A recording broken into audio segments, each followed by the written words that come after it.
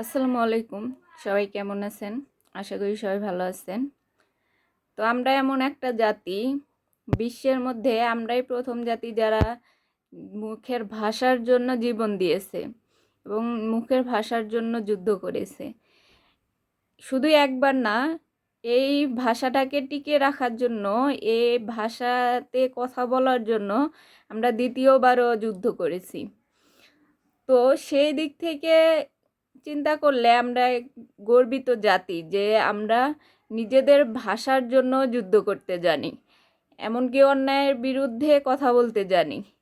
তো আমরা এমন একটা জাতি যারা অন্যায়কে প্রশ্রয় দেয় না এবং নিজেদের অধিকারের জন্য জীবন দিতেও প্রস্তুত থাকে।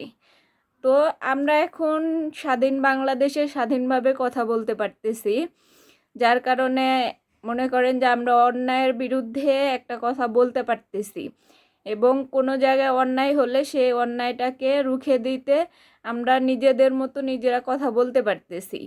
আর এর মাঝে আমাদের যে বাক স্বাধীনতাটা ফিরে আসছে এবং আমরা যে কথা বলতে পারতেছি, এটার জন্য যারা জীবন দিয়েছে, যারা যুদ্ধ করেছে, এখন পর্যন্ত লড়াই করে যাইতেছে, সবাইকে ধন্যবাদ। আর আমি তাদের উদ্দেশ্যে বলবো যারা অন্যায় করে অন্যায়ের জায়গা থেকে এখনো বড় বড় কথা বলতেছে, তাদের বিবেক বুদ্ধি খাটাইতে হবে। যে এখনো দেখা যাইতেছে যে আমরা যে বাক স্বাধীনতাটাকে ফিরিয়ে আনছি, আনার পরে আমরা যেখানে অন্যায়ের বিরুদ্ধে কথা বলতেছি, সেই জায়গায় যারা অন্যায় করতেছে তারা উল্টো ন্যায়ের পক্ষেদের ছাত্রদের বলেন আর যারা অন্যায়ের বিরুদ্ধে কথা বলতেছে তাদের উপর চড়াও হইতেছে। এটার জন্য তো দেশের বাক স্বাধীনতা ফিরিয়ে আনা হয় নাই যে আপনি অন্যায় করেও বড় বড় গলায় কথা বলবেন। অন্যায় করে কেউ কোনো দিন পার পায় নাই, যদিও সময়টা দীর্ঘ ছিল, 15-16 বছর অন্যায় করে গেছে, প্রতিবাদ করলেও কোনো কাজ হয় নাই। সেই জায়গা থেকে যেহেতু আমরা বেরিয়ে আসতে পেরেছি, তো তারপরে এখন যে পরিস্থিতি, যারা অন্যায় করতেছেন তাদের মনে রাখা উচিত যে বিগত সময়গুলোতে কি গেছে আর সামনের সময়গুলোতে কি হতে যাচ্ছে, একটু আন্দাজ করে কথা বলবেন। কারণ আপনারা অন্যায় করবেন, আবার যারা অন্যায়ের বিরুদ্ধে কথা বলবে তাদের উপরে চড়াও হবেন, তাদের উপরে দেমাক দেখাবেন, এটা তো বাংলার মানুষ মেনে নেবে না।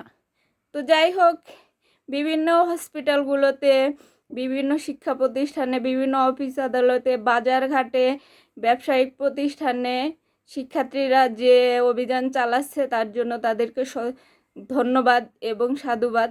কারণ এগুলা করা উচিত, এবং উচিত মানে এগুলা তো আইনের মাধ্যমে করা উচিত ছিল, কিন্তু সেই আইনটাকে শিক্ষার্থীরা হাতে তুলে নিছে এবং তারা এটা মনিটরিং করতেছে। তার জন্য তাদেরকে অনেক ধন্যবাদ এবং এই কাজটা কন্টিনিউ চালিয়ে যেতে হবে।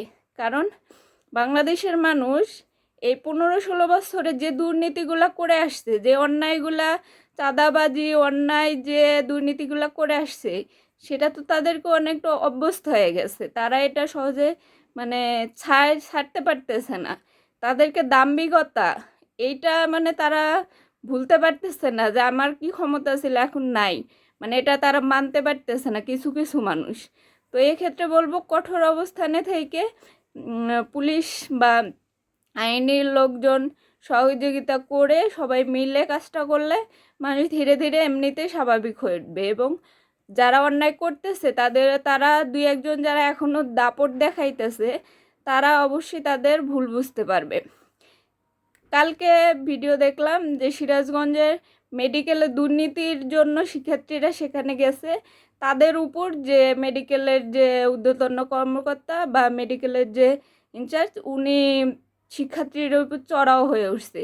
এরকম আরও বিভিন্ন জায়গায় দেখা গেছে যে যারা অন্যায় করতেছে, স্টিল অন্যায় করতেছে, দুর্নীতি করতেছে, তারাও এখন মানে কিছু কিছু জায়গায় এরকম দাপট দেখাইতেছে, মনে করতেছে না দেশটা আগের অবস্থানে আছে। তারা এটা বুঝতে পারতেছে না দেশ আগের অবস্থানে নেই এবং এই দুর্নীতির বিরুদ্ধে সবাই রুখে দাঁড়াবে।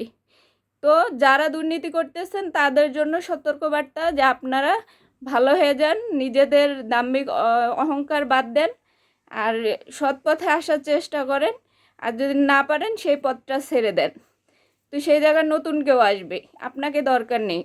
আপনি যদি আপনার দুর্নীতি না ছাড়তে পারেন, আপনাকে ওই পদে রাখার দরকার নেই। আর যারা এগুলো কাজ করতেছেন, যে দুর্নীতির বিরুদ্ধে রুখে দাঁড়াইতেছে, সবাই এখন বাংলাদেশে প্রতিটা মানুষ বাক স্বাধীনতা ফিরে পাইছে। সবাই কোনো না কোনোভাবে চেষ্টা করতেছে অন্যায়ের বিরুদ্ধে কথা বলার জন্য। তো সবাই এক হয়ে কাজ করেন, অন্যায়ের বিরুদ্ধে কথা বলেন। তো ভালো থাকেন সবাই, আল্লাহ হাফেজ।